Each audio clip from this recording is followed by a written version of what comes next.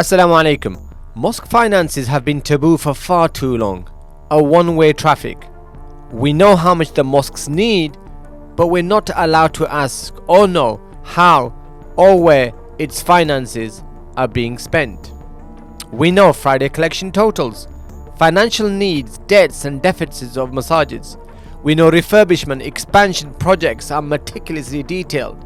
Even a £5 donation is announced without fail. In fact, great length, detail and time is taken to provide elaborate marketing materials, digital campaigns, announcements, motivation, all to rally the congregation to donate wholeheartedly, which the masses never fail to do so. However, this is exactly where it all stops. Why do the same masajids not provide financial transparency back to their community? Why does the community not have the right to know how the mosque finances are being spent, where and by whom? Why does the community not demand such essential information and exercise its elementary right? The vast majority, if not all mosques, fail to disclose their income details from the community. For example, what is the mosque's bank balance? What are its income revenue streams or the different sources of funding? What funding is it receiving from government? For which state-sponsored project? And with what strings attached? What government programs has it signed up to prevent terrorism, multi-faith? What are the finances involved and who are the beneficiaries?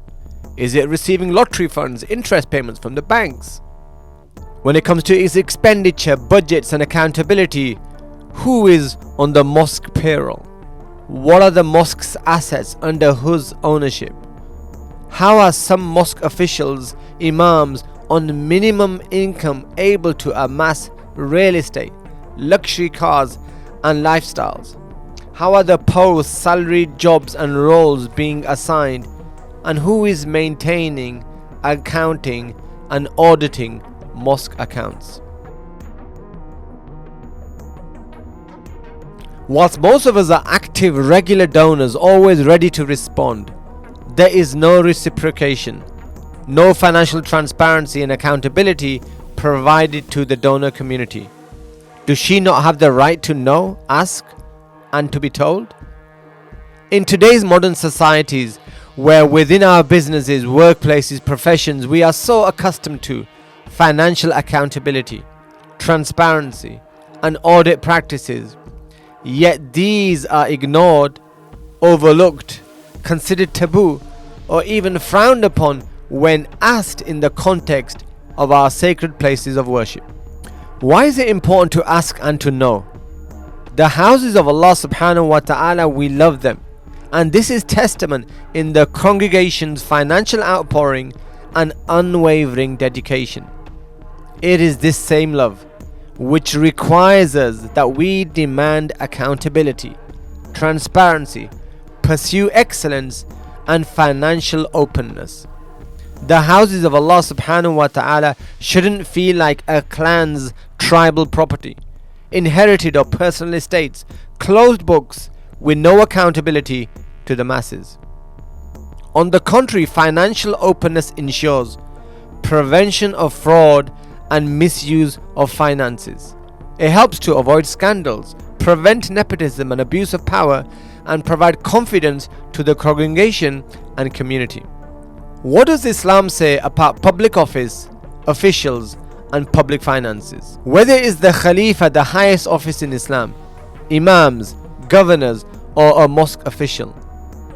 As a principal, public office, officials, and public finances bring with them very high standards, public transparency, strict accountability, and public scrutiny.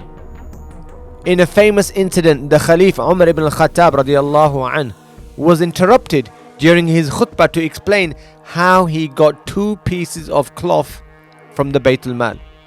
The Khalif's salaries were public knowledge, and public officials' finances were carefully scrutinized and accounted, and some even were dismissed in the event of slight doubt. The point is, both the Ummah and the leadership understood transparency and accountability were essential to keep society and humans in check and balance.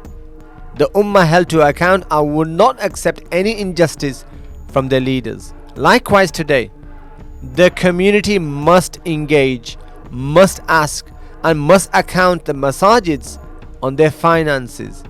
And likewise, it is high time for the mosque authorities to be forthright and proactive in providing this information so confidence is restored, trust is won, and the whole community benefits from such positivity and openness.